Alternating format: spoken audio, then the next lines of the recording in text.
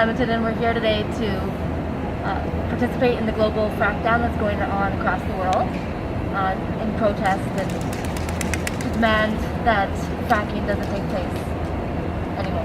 What moved you to organize this event? The fact that Alberta is one of the top provinces for fracking, and we're just getting going, and it needs to stop because we don't have much land left with what we're doing. What do you hope to accomplish through this event? Awareness. We're passing out flyers today, and we're hoping to create a little bit more information for others so that they can learn about what fracking is and what it's doing to our province. What facts about fracking concern you the most? The fact that the companies don't disclose the chemicals that they are using. They say that they're disclosing some of them and making them seem like it's like a household cleaner, like it's no big deal you putting it into the ground. And they're not disclosing all the facts for that. And if we don't know, then, and they don't know what the potential risks are, then it could be really hazardous. The water table, I mean, you're injecting all this chemicals like possibly getting into the water table and getting into people's drinking water, you know, preserves. You don't know where this water is going. They're just injecting it into the ground. What else do you want to get out there in terms of your message to people who might be watching this? A better understanding of what's actually happening in the province. You got to know what's going on and what the results are going to be from them doing this. So if no one knows and doesn't know the consequences, how can you have an educated opinion of what you're going to do about it? People need to be informed and understand what's happening. And what sort of personally moves you to come out today? My children's future. I care about the earth. I care about the land, the animals, the environment. I mean, it's only pretty much common sense. I mean, if you want to enjoy the world or the beauty of nature, killing it doesn't make a whole lot of sense. What brings you out here today? I don't think there's enough awareness about the dangers of fracking in anywhere in Canada at all. People don't know about Jessica Ernst. They don't know about Jessica Ernst versus in Canada and Alberta Environment. I don't think a lot of them knew about the water conversations that Alison Redford had put on in the province in different areas. That had a lot to do with hydraulic fracking in the province. And I don't think they know. I just, because we're so spread out and communication is limited unless you're in a city, in a hub, it's very hard for news to travel. Definitely rural Alberta is being affected by hydraulic fracking in so many ways. So tell me a little bit about Jessica Ernst. Jessica Ernst was a 20-plus year veteran of being an environmental consultant to the oil and gas industry in Alberta. She has a farm near a community called Rosebud in southern Alberta. One day her livestock, her cows, started getting sick, and and Canada fracked just off of her property, and her well water, because she's tapped right into the groundwater table, is completely contaminated. She can start her own tap water on fire. You can just Google Jessica Ernst versus Encana. She's got her own website and like a 91-page layman speak document, PDF, that anybody can read about everything that's going on in the industry. I thought it was really funny because the court case started last fall, and the judge that got involved, I can't remember exactly what happened, but somehow the federal government came in and removed this judge from this court case because he was starting to go in her favor, and then put another judge in. I think they're trying to block her from being able to sue Alberta Environment. She was sending off water sample after water sample, trying to get them to test it, and she just got a lot of non-compliance from a provincial government office. So A lot of people are worried about it. Okay, and you mentioned Alison Redford and the water talks. Could you tell me a bit more about that? Sure.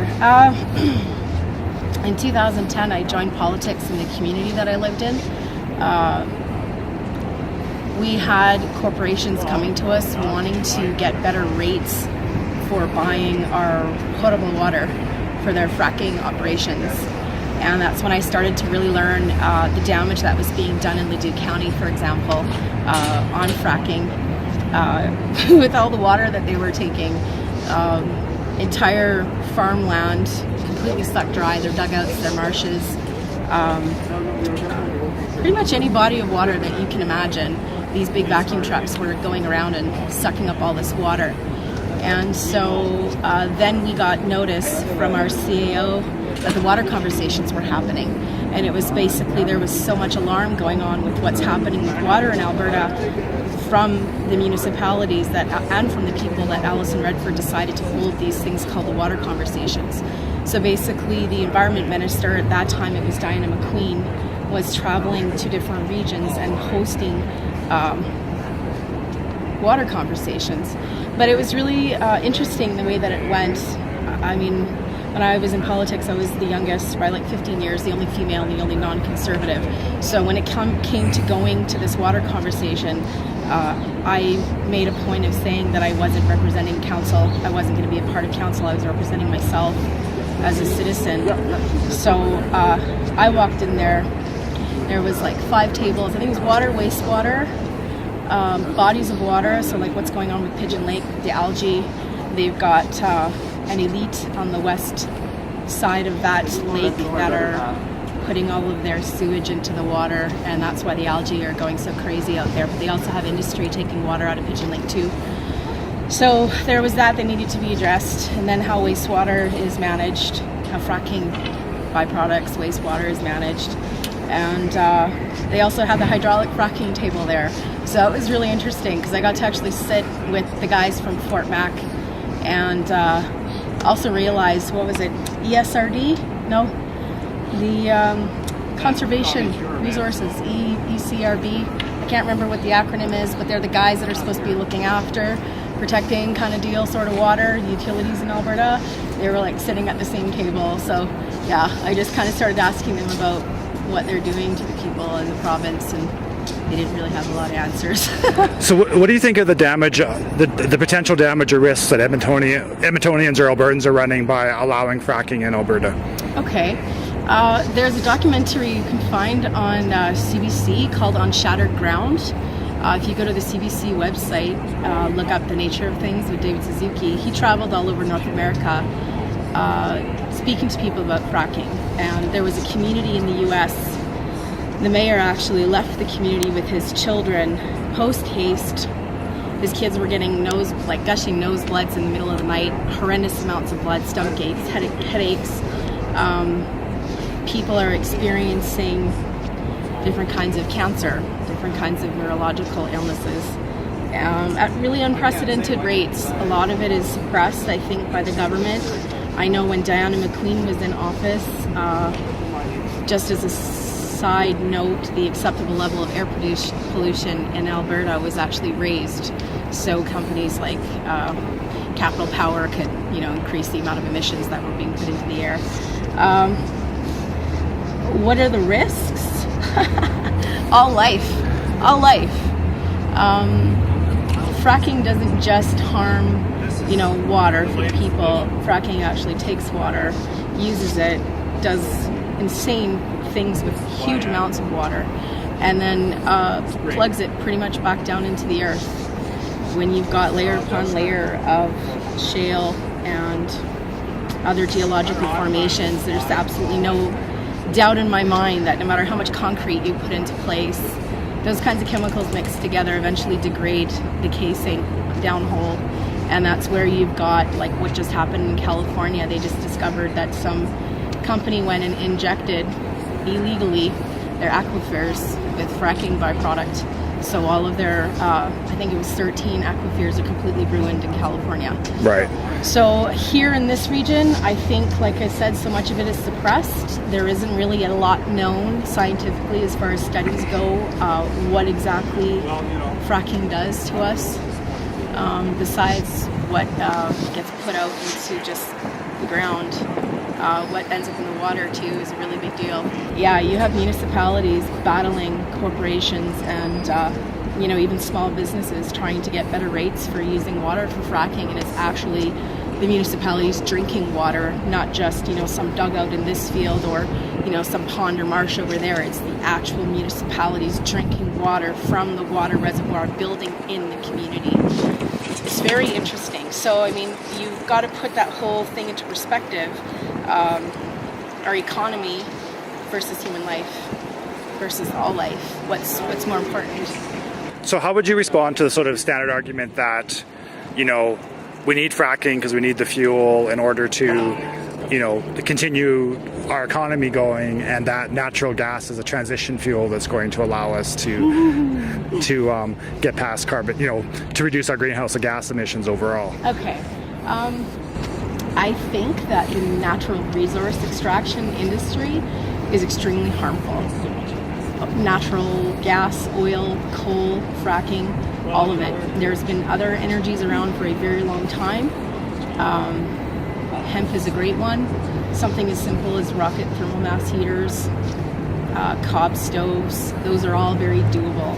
I think people are very afraid to transition. I think that after all the reading I've done, I think too that the government is very afraid to lose the revenue, the little amount of revenue, because Alberta gets the least amount of royalties for oil, for example, in the entire world. So for me, when I hear something like that argument, I can't get on side with that, because the transition can happen now. Those people in there are the ones that can make that decision. Those people in the Legislative Assembly can make those decisions, but it's the people that have to drive it. Henry Ford had a hemp car in like the 1930s. Where are hemp vehicles? They're nowhere to be found. Hempcrete is stronger than concrete. It lasts. It actually petrifies. I don't know if you know that, but it actually petrifies. So as building material, it's pretty revolutionary. So I think if we are going to do something about the conditions that we're experiencing right now, we really need to be fearless and innovative and try to think outside the box, because we don't have another planet to go to. This is the only one we have that we know of right now, and we need to save ourselves. So what personally moves you to get involved with this? I love the earth. I have 2 kids. I have a lot of people all over the world that are witnessing a lot of really scary stuff surrounding the environment, and I don't know. I think people really aren't empowered. I really think that, just the way that the world is, we believe that we can't make a difference, or that, even the little things that we do don't matter. But no, we all matter. Everything is important. So, I don't know. I brought my free hug sign and I do not consent signs. I don't consent. Nobody asked my permission to do what they're doing. So, that's why I'm here. And if you had a message for Edmontonians, what would it be? Please research. Please get online, start talking to people, start finding out about events like this, start asking questions. We're not scary.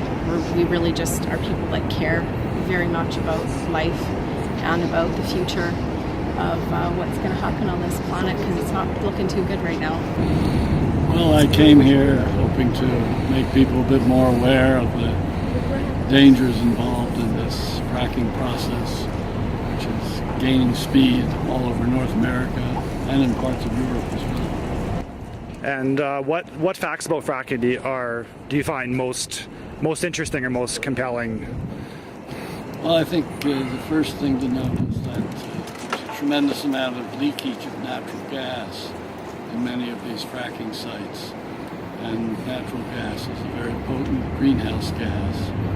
So really the transition to natural gas, if you're going to get natural gas through fracking, doesn't really make much sense from an environmental point of view. The other thing is that what we're doing is accessing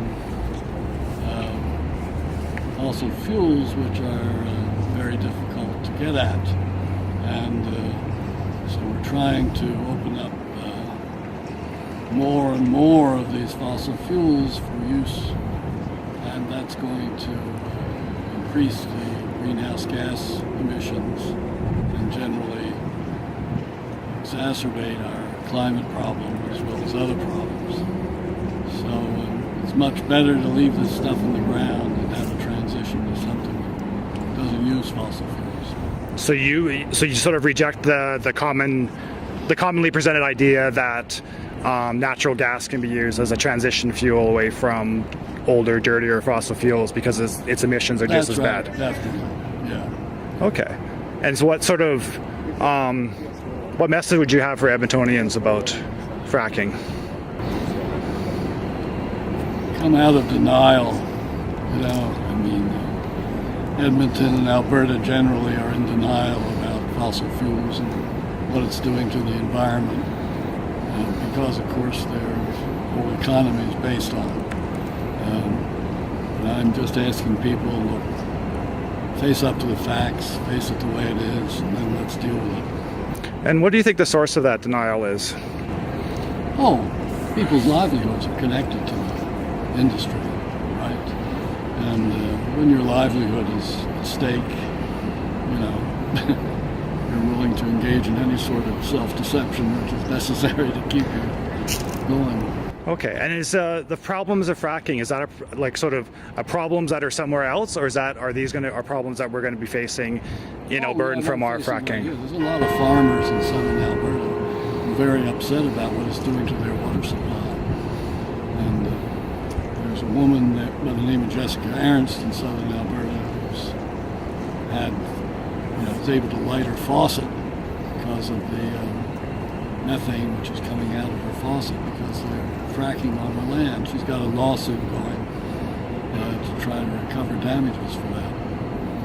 So it's a big problem, but it's affecting, I guess, people that the government can afford to ignore. Every year that goes by that we don't do anything about curbing our use of fossil fuels is going to make life that much more difficult for our children and grandchildren in the later part of the century. So people got to wake up and start taking responsibility. So now is the time to change. No, the time to change was about 20 or 30 years ago, right? I mean, now it's really desperate. Okay, thank you very much. I do know that an event put on by the Alberta government on the situation for water in Alberta a couple of years ago did show a map of proposed fracking sites, and those sites are pretty much dotted along the entire west side of Alberta in particular. Just hundreds, if not thousands of them, and those operations are happening now. It's a very quiet thing going on. We haven't heard of any major earthquakes yet. Oklahoma, for example, now is a mess. Earthquakes are happening more and more, and so they're making this correlation with fracking. Northern BC, there's been more activity there where there's more fracking. So what are we going to do here? Wait until things get worse? Keep fracking? I don't think so. So the main reason I'm out here is for environment, but also the secrecy of these operations that are still happening and affecting water in particular, no doubt, and what's going to happen to that water which doesn't belong to, certainly subsurface water that is connected to surface water. It does not belong to the fracking companies, nor even to the government. It doesn't even belong to us. It's a public necessity. So if in the bottom line, I'm quite concerned about the water, but in the bigger picture, certainly, it's not helping us to transition away from fossil fuels. What they're doing in the United States now is fracking like hell and trying to push it. They're seeing it as a possible alternative to bitumen, heavy heavy crude bitumen, which is becoming more and more unpopular because of its carbon content and the dangerous spills, so serious spills and so on. But it's not a solution in any means. I mean, you know, the damage that it's causing is, or could cause, outweighs any benefits in my mind. You just simply have to put the brakes on this stuff in Alberta. Well, I don't want to sound rude here, but please, companies and governments support this insanity. Frack off.